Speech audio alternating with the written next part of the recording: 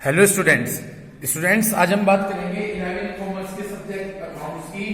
Students इसमें हम आज जीएसटी का दोबारा से रिवीजन स्टार्ट कर रहे हैं ताकि जीएसटी से रिलेटेड जो भी एस्पेक्ट्स हैं वो स्टूडेंट्स को बड़े अच्छे से क्लियर हों।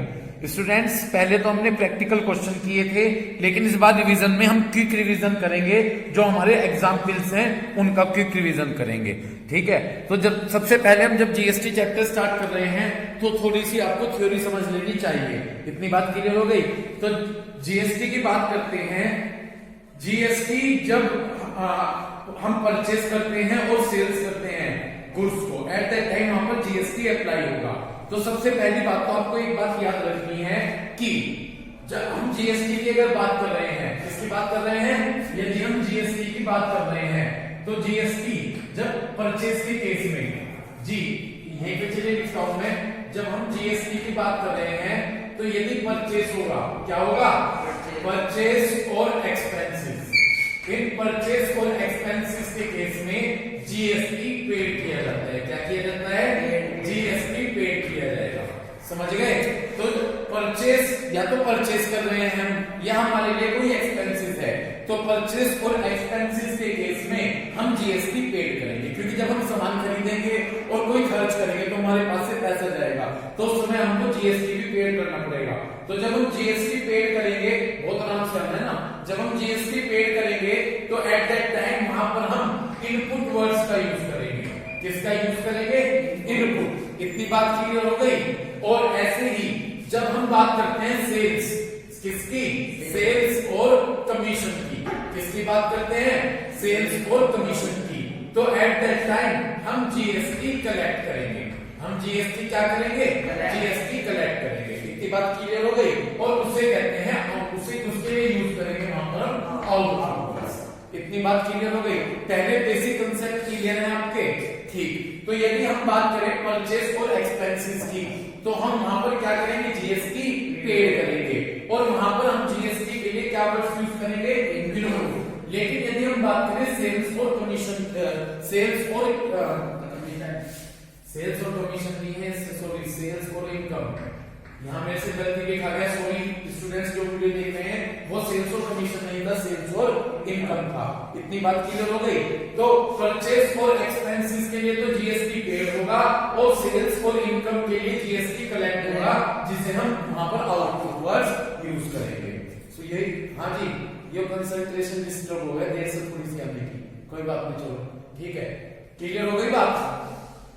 जो भाल मूव करते हैं ना बच्चे, तो थोड़ी कंसंट्रेशन डिस्टर्ब होती है उससे। क्लियर है भाई आपके। तो यहाँ पर मैं बात करूं, क्लियर है आपके बात, परचेस और एक्सपेंसेस के टाइम पर तो जीएसटी पेड करेंगे, क्या वर्ड्स यूज होगा, इनपुट। और सेल्स और इनकम के लिए क्या वर्ड्स यूज करेंगे, आउटपुट। और जीएसटी कलेक्ट होगा वहां पर। सही है, पहले बताओ क्लियर हो गया, दिक्कत तो नहीं करोगे। अब यदि सेम स्टेट है, सेम स्टेट के अंदर गुड्स बाय और सोल्ड किया जा रहा है, तो एट दैट टाइम सीजीएसटी और एसजीएसटी का यूज होगा। तो सेम स्टेट के लिए आप किसका यूज करोगे, सीजीएसटी और एसजीएसटी का यूज करोगे। इतनी बात क्लियर हो गई। तो सेम स्टेट के लिए सीजीएसटी और एसजीएसटी का यूज होगा, क्लियर। और जब डिफरेंट स्टेट की बात करेंगे तो वहां पर आईजीएसटी का यूज होगा। ये भी कंसेप्ट क्लियर है। तो सेम स्टेट के लिए सीजीएसटी और एसजीएसटी, इतनी बात क्लियर हो गई। और डिफरेंट स्टेट के लिए आईजीएसटी, ठीक। अब आप एक काम करो, स्टार्टिंग से थ्योरी पढ़ो थोड़ी सी, ठीक है, तो उससे आपको अच्छा लगेगा और आपके कंसेप्ट भी क्लियर होंगे, है ना। पढ़िएगा, मीनिंग ऑफ जीएसटी। सबसे पहले क्या स्टडी करेंगे, मीनिंग ऑफ जीएसटी।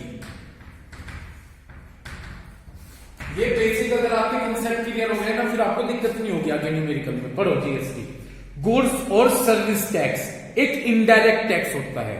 गुड्स और सर्विस टैक्स क्या होगा, एक इनडायरेक्ट टैक्स। तुम भी बुक निकाल लो आप, ठीक है, ओपन कर लो। तो जीएसटी क्या होता है, जीएसटी एक इनडायरेक्ट टैक्स होगा जो एक प्रिस्क्राइब रेट, प्रिस्क्राइब का मतलब पहले से बताए गए रेट, एक निश्चित रेट, जो कि एक निश्चित रेट से लगेगा एवरी सप्लाई ऑफ गुड्स और सर्विस। जो भी आप गुड्स और सर्विस सप्लाई करोगे उस पर स्टैंडर्ड एक फिक्स रेट से क्या लगाया जाएगा, जीएसटी लगाया जाएगा। समझ गए। तो जीएसटी क्या होगा, एक इनडायरेक्ट टैक्स। क्या होगा जी? जीएसटी एक इनडायरेक्ट टैक्स होगा जो एक प्रिस्क्राइब रेट से लगाया जाएगा जो भी गुड्स और सर्विस सप्लाई होगी। ठीक है, किसको छोड़कर? एक्सेप्ट पेट्रोलियम और अल्कोहल। यदि पेट्रोलियम और अल्कोहल प्रोडक्ट्स होगा तो उन पर जीएसटी नहीं लगाएंगे। तो किस किस पर जीएसटी नहीं लगेगा? अल्कोहल और पेट्रोलियम प्रोडक्ट पर जीएसटी नहीं लगाएंगे। तो जीएसटी एक इनडायरेक्ट टैक्स होगा जो कि एक प्रिस्क्राइब रेट से हर एक गुड्स और सर्विस की सप्लाई पर लगाया जाएगा, पेट्रोलियम और अल्कोहल प्रोडक्ट को छोड़कर। सप्लाई ऑफ गुड्स मीन्स, अब एक मिनट, दूसरी लाइन में क्या लिखा था कि जितनी भी गुड्स और सर्विस सप्लाई होगी उन पर जीएसटी लगेगा। अब इन्होंने बताया कि सप्लाई का मीन्स क्या होता है। Supply of goods means, supply of goods means, supply of goods का मतलब है सेल ऑफ गुड्स एंड ये गेट बंद कर दो और आराम से बैठना बहुत प्यार के साथ, वो ना हो। सप्लाई ऑफ गुड्स मीन्स, तो इन्होंने कहा कि गुड्स की सप्लाई का मतलब है सेल्स ऑफ गुड्स। समझ गए? हर्षित क्या समझे सप्लाई ऑफ गुड्स का मतलब? यानी हम गुड्स बेच रहे हैं। और सप्लाई ऑफ सर्विस का मतलब है रेंडरिंग ऑफ सर्विस, हम कोई सर्विस रेंडर कर रहे हैं। ठीक है जी, इतनी बात क्लियर हो गई? दे रहे हैं रेंडर, या दे रहे हैं ना? क्लियर है? समझ गए? तो ये ही जीएसटी एक इनडायरेक्ट टैक्स है जो कि गुड्स और सर्विस की सप्लाई पर लगेगा। इतनी बात क्लियर हो गई? लेकिन किस किस पर नहीं लगेगा? सप्लाई ऑफ गुड्स का मतलब है सेल्स ऑफ गुड्स, और सप्लाई ऑफ सर्विस का मतलब है सर्विस देना। क्या करना? सर्विस देना। इतनी बात क्लियर हो गई? ये नेशन वाइड टैक्स है, यानी पूरे नेशन में टैक्स लगेगा, पूरे कंट्री के अंदर टैक्स लगेगा। और किस प्रिंसिपल पर? One nation one tax. Underline कर लीजिए, एक कंट्री होगी और एक ही टैक्स सिस्टम होगा, यानी एक ही टैक्स रेट होगा पूरे, मतलब एक ही टैक्स स्ट्रक्चर होगा। वन नेशन वन टैक्स, इसका मतलब समझे, एक कंट्री होगी और एक ही टैक्स सिस्टम होगा। तुम भी ध्यान से समझना है, ये चैप्टर मैं दोबारा से रिवाइज करवा रहा हूं ताकि आपको अच्छे से क्लियर हो। यहां तक बात क्लियर हो गई? ठीक, समझ गए जीएसटी का मतलब? ठीक, तो जीएसटी किस पर लगती है? सप्लाई ऑफ गुड्स और सर्विस, एक इनडायरेक्ट टैक्स है। और किस पर लगता है जीएसटी? सप्लाई ऑफ गुड्स और सर्विस। सप्लाई ऑफ गुड्स का मतलब गुड्स होल्ड करना, और सप्लाई ऑफ सर्विस का मतलब सर्विस देना। इतनी बात समझ में आ गई? पूरी एक कंट्री के अंदर लगेगा, और ये किस प्रिंसिपल पर फोकस करता है? वन नेशन, एक नेशन और वन टैक्स। एक ही पूरी कंट्री के अंदर टैक्स स्ट्रक्चर अलग अलग ना हो कि एक स्टेट में कुछ और टैक्स स्ट्रक्चर, दूसरे में कुछ और, एक कंट्री और एक टैक्स। ठीक, टैक्सेस मर्ज इनटू जीएसटी। अब ये देखिएगा, टैक्सेस, ये थ्योरी में जानबूझकर पढ़ा रहा हूं, जैसे ही आगे थ्योरी आएगी आपको सारे कंसेप्ट क्लियर हो जाएंगे। ठीक है ना? Taxes merge into GST, taxes merge into GST. इतनी बात क्लियर हो गई? देखिए, जीएसटी आने से पहले कुछ टैक्स तो सेंट्रल लेवल पर लगते थे। जी, हमारी इंडिया में वैसे तो 3 गवर्नमेंट होती हैं, सेंट्रल, स्टेट और लोकल, जो म्युनिसिपल होती है। बड़े आराम से आ जाना है ना? एक तो सेंट्रल, एक स्टेट और एक म्युनिसिपल, जो नगर पालिका वाली होती है। इतनी बात क्लियर हो गई? ठीक है। हमारी, अब इन्होंने कहा कि जीएसटी आने से पहले 2 तरह के टैक्स सिस्टम थे, एक तो सेंट्रल लेवल पर और एक स्टेट लेवल पर। इतनी बात क्लियर हो गई? एक तो सेंट्रल लेवल पर और एक स्टेट पर। ये रहा, GST has replace many indirect taxes. GST ने बहुत सारे इनडायरेक्ट टैक्स को रिप्लेस कर दिया जो लगाए जाते थे किसके द्वारा? सेंट्रल गवर्नमेंट के द्वारा और स्टेट गवर्नमेंट के द्वारा। इतनी बात क्लियर हो गई? सेंट्रल लेवल टैक्स, अब जो सेंट्रल लेवल द्वारा लगाए जाते थे वो कौन कौन से टैक्स होते थे? जी, जीएसटी आने से पहले एक तो सेंट्रल लेवल पर टैक्स लगते थे और एक स्टेट। अब पहले बताया गया कि सेंट्रल लेवल पर कौन से टैक्स लगते थे? एक्साइज ड्यूटी, सर्विस टैक्स और सेंट्रल सेल्स टैक्स। लेकिन जब से जीएसटी आया ये तीनों मर्ज हो गए जीएसटी में, यानी ये तीनों टैक्स खत्म हो गए, इनकी जगह पर जीएसटी अप्लाई होने लगा। समझ में आ गई बात? तो सेंट्रल लेवल पर कौन सा टैक्स लगता था? एक्साइज ड्यूटी, सर्विस टैक्स और सेंट्रल सेल्स टैक्स, ये सेंट्रल लेवल पर लगते थे। लेकिन जब से जीएसटी आया तो ये तीनों मर्ज इकट्ठे मर्ज हो गए किसमें? तो अब ये तीनों नहीं लगते, इनकी जगह पर कौन सा लगता है? जीएसटी। ये तो थे सेंट्रल लेवल पर। नेक्स्ट पेज पर आ जाइए। अब इसमें बताया गया कि स्टेट लेवल पर कौन से टैक्स लगते थे। Octroi and entry tax, purchase tax, entertainment tax और वैट। इतनी बात क्लियर हो गई। लेकिन जब से और इसके बाद लग्जरी टैक्स और लग्जरी ऑन वो taxes on lottery, luxury tax और टैक्सेस ऑन लॉटरी, ये सभी टैक्स कौन लगाता था? State government. लेकिन जब से जीएसटी आया है ये सभी मर्ज हो गए किसमें? जीएसटी में। इतनी बात क्लियर हो गई। ये सब किसमें मर्ज हो गए? क्लियर हुई बात? तो ये बताया गया कि स्टेट सेंट्रल लेवल पर ये लगते थे और ये सब मर्ज हो गए जीएसटी में, और स्टेट लेवल पर ये लगते थे, ये सब मर्ज हो गए किसमें? जीएसटी में। इतनी बात क्लियर हो गई। नेक्स्ट अब आ जाइए जी। पहले मैं आपको ये समझा चुका हूं, यही लिखा हुआ है, लेकिन एक बार और देख लीजिए जल्दी से समझकर। जीएसटी की बात करते हैं। जब हम कोई गुड्स खरीदेंगे और कोई खर्च करेंगे, ठीक है, तो एट दैट टाइम हमको जीएसटी पेड करना होगा। समझ गए? यदि हम कोई गुड्स खरीदते हैं और एक्सपेंस करते हैं तो हमको जीएसटी पेड करना होगा।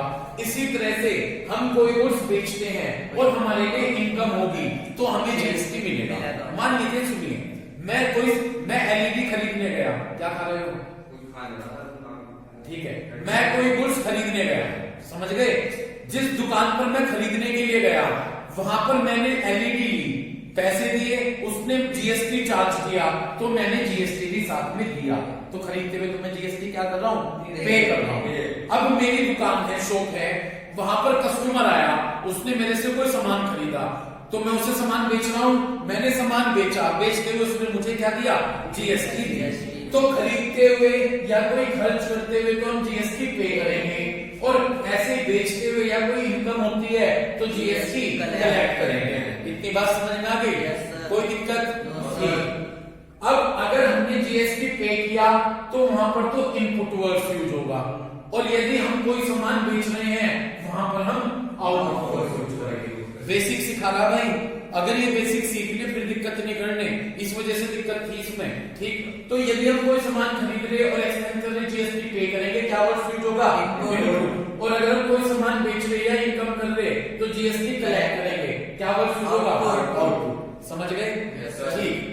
सेम स्टेट होगा तो सीजीएसटी और एसजीएसटी होगा, और डिफरेंट स्टेट होगा तो आईजीएसटी। मान लीजिए सेम स्टेट है, समझ गए, और खरीदते हुए किस वर्ड का यूज करेंगे? इनपुट। तो हम करेंगे इनपुट सीजीएसटी और इनपुट एसजीएसटी। ऐसे बेचते हुए सेम स्टेट है तो हम यूज करेंगे आउटपुट सीजीएसटी और आउटपुट एसजीएसटी। और अगर डिफरेंट स्टेट है तो खरीदते हुए हम इनपुट आईजीएसटी और आउटपुट आईजीएसटी। इतनी बात क्लियर हो गई? पहले अगर ये बात क्लियर ना हुई तो मुझे जल्दी बताओ, मैं फिर रिपीट करूंगा। आगे बात समझते हैं। अब हमारी गवर्नमेंट ने क्या रूल बना रखा? सपोज करो मैंने खरीदते हुए जीएसटी पे की 15,000, कितनी पे की? और बेचते हुए मुझे जीएसटी मिली 20,000, ठीक है ना? खरीदते हुए कितनी मिली? मतलब खरीदते हुए मैंने कितनी पे की? 15,000। खरीदते हुए तो मैंने 15,000 पे की, और बेचते हुए मुझे कितनी मिली? 20,000। हमारी गवर्नमेंट क्या कहती है कि एक काम करो, पहले तो जो आपने खरीदते हुए जीएसटी पे की और बेचते हुए जो जीएसटी मिली, पहले जो थी उसे यहां से कवर कर लो। मैंने कितने पैसे दे दिए थे? समझ रहे हो? खरीदते हुए कितने दे दिए थे और बेचते हुए कितना मिला? तो हमारी गवर्नमेंट कहती है कि जो पहले खरीदते हुए आपने पे किया उसे अपने जो कवर मिला उससे कवर कर लो। कितना पे किया कांश मैंने? 15,000। और मिला कितना? तो पहले इन 20,000 से मैं अपने 15,000 कवर कर लूंगा। ओके, कितने बचे? 5,000। 5,000 अब भी ये मिले हुए हैं मुझे, इन्हें मुझे गवर्नमेंट को जमा करना होगा। क्या कहा जमा करना? टैक्स अपने पास रख सकते हैं। टैक्स किसका होता है? अब 15,000 तो पे किए थे, 20 मिले तो 5,000 ज्यादा मिले हुए हैं, वो 5,000 में जमा कर लूंगा। किसके पास?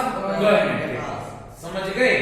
ये सिस्टम बनाया हुआ है, ठीक है। और अगर कहीं ये ज्यादा है तो वो सिस्टम मैनेज करते हैं, फिर उन्हें कवर करते हैं, ठीक है। वो क्वेश्चंस में आपको क्लियर होगा। इतनी बात क्लियर हो गई? पहले बात समझ गए क्या? अब एक चीज ध्यान से समझने वाली, जब जीएसटी मैंने पे की थी, ठीक है, ये मेरे लिए खर्च नहीं है, ये मेरे लिए क्या नहीं है, ये मेरे लिए कॉस्ट नहीं है, कॉस्ट का मतलब एक्सपेंसिव नहीं है, बल्कि ये मेरे लिए असेट्स है। ये मेरे लिए क्या है, क्यों, क्योंकि जो मैंने पे किए उन्हें मैंने कवर कर दिया जितने मुझे मिले, इसलिए ये मेरे लिए खर्चा नहीं है, बल्कि ये मेरे लिए, समझ गए क्यों नहीं है खर्च, कवर कर लिए, इस वजह से। सुनो एक बात सुनो, मैं तुम्हें एक कहूं, तुम्हें एक जगह पैसे तो दे के आने पड़ रहे हैं 10,000 और एक जगह से तुम्हें 20,000 मिल रहे हैं, तुम्हें एक बात कहें कि भाई अब तो खर्च तुम कर लो, ठीक है 10 दे आना, और तुम्हें वहां से 20 मिलेंगे भी तो वहां से अपने 10 रख लेना, तो फिर जब तुम्हें 20 मिले वहां से 10 निकाल लिए तुमने अपने, तो तुम्हारा वो खर्च कहां रह गया, तुम्हारे तो वापस नहीं आ गए वो। इस वजह से जो आपने वो जीएसटी पे किया वो आपके लिए खर्च नहीं है, बल्कि कारण क्या है उसका सेट होने का, क्योंकि वो हमने कलेक्ट से कवर करेंगे, इसीलिए वो हमारे लिए खर्च नहीं है, बल्कि हमारे लिए असेट है। इस कारण से इनपुट को आप हमेशा डेबिट करते हैं जब जर्नल एंट्री करते हैं, क्योंकि एक बात याद रखना, असेट्स का बैलेंस ऑलवेज डेबिट होता है, ठीक है। इस कारण से आप इनपुट को क्या करोगे, हमेशा डेबिट। समझ गए, क्लियर? इस वजह से नहीं समझ में आ रही थी आप लोगों की, अब आप जब आप इसको ध्यान से समझोगे फिर आपको अपना कंसेप्ट क्लियर हुआ। इनपुट को क्यों डेबिट करते हैं, क्यों, क्योंकि हमारे लिए असेट्स है, इतनी बात क्लियर हो गई। और ये हमारे लिए खर्च इसलिए नहीं है क्योंकि हम इसे क्या कर लेते हैं, हम इसको कवर कर लेते हैं। समझ गए, कहां से कवर करेंगे, जो हमें जीएसटी कलेक्ट हुई है, समझ गए। इसी तरह से जो ये आउटपुट है, ठीक है, ये आउटपुट है, इसे हम क्रेडिट करेंगे। क्यों करेंगे क्रेडिट, क्योंकि ये हमारे लिए लायबिलिटीज है। अच्छा एक मिनट, आपने जीएसटी कलेक्ट किया, आप में 20,000 रुपए मिले, लेकिन ये आपके नहीं है, इसमें से जो बचा वो किसको जमा करना है, गवर्नमेंट को जमा करना है, इसीलिए ये आपके लिए लायबिलिटीज हैं, और इसलिए आउटपुट को हमेशा क्रेडिट करते हैं लायबिलिटीज के बेस पर। समझ गए, समझे, नहीं समझे ये वाला कंसेप्ट, जल्दी बताओ, उतना टाइम नहीं वीडियो में बनाने के लिए बनती है जी। ये हमने जीएसटी मिला बेचते हुए, लेकिन ये हमारा अपना नहीं है, क्योंकि पहले तो जो हमने खर्च किया वो कवर करना है, और उसके बाद जो बचेगा वो हमें, जैसे 5,000 बचे, ये हमारे पास नहीं रहेंगे, बल्कि हमें गवर्नमेंट के पास जमा करने हैं, इसलिए ये हमारे लिए लायबिलिटीज है। और इस बेस पर हम जो आउटपुट होता है, लायबिलिटी का बैलेंस हमेशा क्रेडिट होता है, लायबिलिटी का बैलेंस हमेशा कैसा होगा, क्रेडिट। इस वजह से हम इसे हमेशा क्या करेंगे, क्रेडिट करेंगे। भाई बड़े आराम से बैठना है ना, इसलिए हम इसे क्या करेंगे, क्रेडिट करेंगे। समझ गए, तो इनपुट क्या होता है, डेबिट, और आउटपुट क्या करेंगे हम, क्रेडिट। इतनी बात क्लियर हो गई। तो एंट्री में इनपुट को डेबिट किया जाएगा और आउटपुट को क्रेडिट किया जाएगा, बस ये, ठीक है, समझ गए, ठीक। अच्छा जीएसटी पेड को किससे एडजस्ट करोगे आप, जीएसटी कलेक्ट से, तो जीएसटी पेड किससे एडजस्ट किया जाएगा, कलेक्ट से। समझ गए, ये सब थ्योरी यही लिखी हुई है। तो जीएसटी पेड को हम कलेक्ट करेंगे, एडजस्ट करेंगे जीएसटी, और उसके बाद जो बचेगा हम उसे कहां जमा कर देंगे, गवर्नमेंट के पास। तो इनपुट को क्या किया जाएगा, खरीदते हुए जितनी भी एंट्री होंगी उनमें इनपुट को क्या करेंगे, डेबिट, और आउटपुट को क्रेडिट। समझ गए, तो याद रखना, इनपुट और आउटपुट खरीदते हुए और खर्चा करते हुए किस वर्ड्स का यूज करोगे, और बेचते हुए और इनकम होते हुए माइंड में सेट कर लो, फिर एंट्री में कंफ्यूजन ना हुई हो। क्लियर, पहले तो इतना समझ लो, अगर ये आया मुझे बताओ, कोई दिक्कत हो तो बताओ। लेकिन अभी मैंने आपको एक वर्ड्स कहा कि इनपुट को हम क्या करते हैं, डेबिट करते हैं, इनपुट को डेबिट, लेकिन कुछ सर्टेन केस में, क्या कुछ सर्टेन केस में हम इनपुट को डेबिट ना करके उल्टा कर देंगे, यानी इनपुट को डेबिट ना कर क्रेडिट कर देंगे। वो केस सुन लीजिए कौन से वो केस है। वैसे तो क्या बताया, इनपुट डेबिट और आउटपुट क्रेडिट, लेकिन कुछ केस में इनपुट को डेबिट ना करके क्रेडिट करेंगे और आउटपुट को क्रेडिट ना करके डेबिट। तो वो केस आपको याद होंगे, जब जर्नल एंट्री करेंगे तो उन केस में रिवर्स कर देना, ठीक। वो केस पढ़िए 3rd पेज पर जाकर, परचेस रिटर्न। यदि परचेस रिटर्न आएगा, हार्डशिप परचेस रिटर्न आएगा, तो इनपुट को डेबिट ना करके क्या कर दोगे, क्रेडिट। ओके, इसी तरह से goods taken by the proprietor, who called proprietor, owner. यदि ओनर ने पर्सनल यूज के लिए कोई गुड्स ले लिया तो एट दैट टाइम आप इनपुट को क्या कर देंगे, क्रेडिट कर देंगे। इतनी बात समझ में आ गई? ठीक। गुड्स लॉस और स्टोलन, या तो गुड्स लॉस, गुड्स का लॉस हो गया, चुरा लिया गया, तो एट दैट टाइम इनपुट को डेबिट ना करके क्रेडिट करेंगे। क्लियर हो गई बात? ठीक। गुड्स डिस्ट्रॉय और become not saleable, goods destroy हो गया और इस कंडीशन में नहीं है कि हम उसे क्या कर दें, सेल कर दें, तो एट दैट टाइम इनपुट को डेबिट ना करके क्रेडिट कर देना। जब जर्नल एंट्री में बनाता हूं तो बीच में केस आएंगे, आप सोचते हैं कि मैं क्यों कर रहा हूं, तो ये वो केस है। ठीक। Goods distribute as free sample, आपने गुड्स को कैसे डिस्ट्रीब्यूट कर दिया, फ्री सैंपल के तौर पर। एक मिनट, मैं यहां पर एक चीज कहना चाहूंगा, ध्यान से सुनना। गुड्स डिस्ट्रीब्यूट कर दिया फ्री सैंपल के तौर पर, ये एडवर्टीजमेंट एक्सपेंसेस होते हैं। सुनते रहना। यदि क्वेश्चन करते हुए ट्रांजैक्शन है कि एडवर्टीजमेंट एक्सपेंसेस पेड किए, क्या किए, खल्ली लिखा एडवर्टीजमेंट एक्सपेंसेस हैं, तो आप एंट्री बनाओगे एडवर्टीजमेंट एक्सपेंसेस डेबिट, खर्चे को डेबिट करेंगे, और वहां पर आप इनपुट को डेबिट ही करेंगे। किसको डेबिट करेंगे? लेकिन यदि कहते गुड्स फ्री सैंपल के तौर पर बांटा गया, वो भी एडवर्टीजमेंट एक्सपेंसेस होगा, लेकिन एट दैट टाइम आप एडवर्टीजमेंट एक्सपेंसेस डेबिट तो करेंगे, लेकिन इनपुट को क्या करेंगे, क्रेडिट। तो दो ट्रांजैक्शन बताए।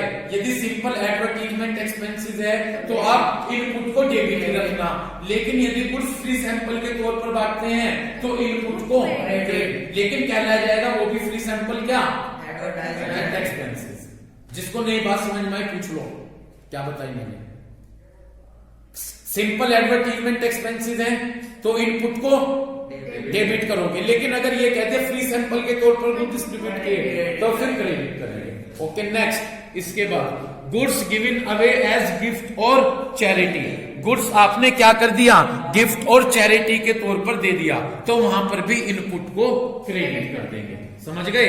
तो ये वो कुछ सर्टेन केस हैं जिसमें इनपुट को डेबिट ना करके क्रेडिट, ये माइंड में सेट रखना होगा आपको। इसी तरह से आउटपुट को क्रेडिट करते हैं, लेकिन यदि केस आएगा तो क्या कर देंगे, अंडरलाइन कर लीजिए सेल्स रिटर्न। यदि सेल्स रिटर्न आएगा तो आउटपुट को आप क्या कर देंगे, आउटपुट को क्या कर देंगे, डेबिट कर देंगे। इतनी बात क्लियर हो गई? समझ गए? एक चीज अभी मैंने आपको एक चीज बताई थी कि कुछ सर्टेन के हम जीएसटी पेड को किससे एडजस्ट करते हैं, लेकिन कुछ केस में जीएसटी पेड को जीएसटी कलेक्ट से एडजस्ट नहीं करेंगे, कवर नहीं करेंगे। जैसे यहाँ 15,000 को किससे कवर कर लिया था, लेकिन कुछ केस में जीएसटी पेड कवर नहीं की जाएगी। कहां से, वो दूसरे पेज के लास्ट में आ जाएंगे। Food and beverage expenses, beverage को कोल्ड ड्रिंक कहते हैं, कोल्ड ड्रिंक से रिलेटेड एक्सपेंसेस मिल गया। फूड और beverage expenses, payment for health insurance, payment of membership fee of a club. अरे भाई दूसरा पेज लास्ट में नीचे, ठीक, क्लब, हेल्थ और फिटनेस सेंटर, रिपेयर और maintenance of building, purchase of vehicles, free gift to staff, payment for goods and service for personal use. यदि ये कोई आइटम आए तो इन आइटम में आप क्या करेंगे, जीएसटी पेड को कवर नहीं करेंगे, किससे, जीएसटी कलेक्ट से। समझ गए? इन केस में यदि केस आएंगे तो जीएसटी पेड को जीएसटी कलेक्ट से कवर नहीं करेंगे। ठीक, तीसरे पेज के लास्ट पे आ जाओ, बीच में मतलब फोर्थ पॉइंट ये रहा। इन केस में जीएसटी का कंसेप्ट अप्लाई नहीं होगा यदि आप वेजेस और सैलरी दे रहे हैं, गवर्नमेंट को कोई सर्विस दे रहे हैं, या ये जो ENVASSIES लिखा है इसे दूतावास बोलते हैं, जो फॉरेन कंट्रीज के हमारी इंडिया में दूतावास हैं, यानी उनके जो दूत होते हैं वो हमारी इंडिया में रहते हैं। उनके केस में यदि हमने कोई सर्विस दी, जीएसटी नहीं लगेगी। इलेक्ट्रिसिटी और water bills, educational service, health service, travelling expenses और इंटरेस्ट, इनके केस में आप जीएसटी का कंसेप्ट अप्लाई नहीं करोगे। इतनी बात क्लियर हो गई? यदि आएंगे तो जीएसटी छोड़ देना, अगर इनकी जर्नल एंट्री होगी तो सिंपल जर्नल एंट्री बना देना, जीएसटी मत लगाइएगा। इतनी बात क्लियर हो गई? तो बस आज हम यहीं तक कवर करेंगे, जिसमें हमने स्टूडेंट्स आज कवर किया जीएसटी की थ्योरी कि जीएसटी का मीनिंग क्या होता है, जीएसटी के क्या कंसेप्ट होते हैं। Thank you.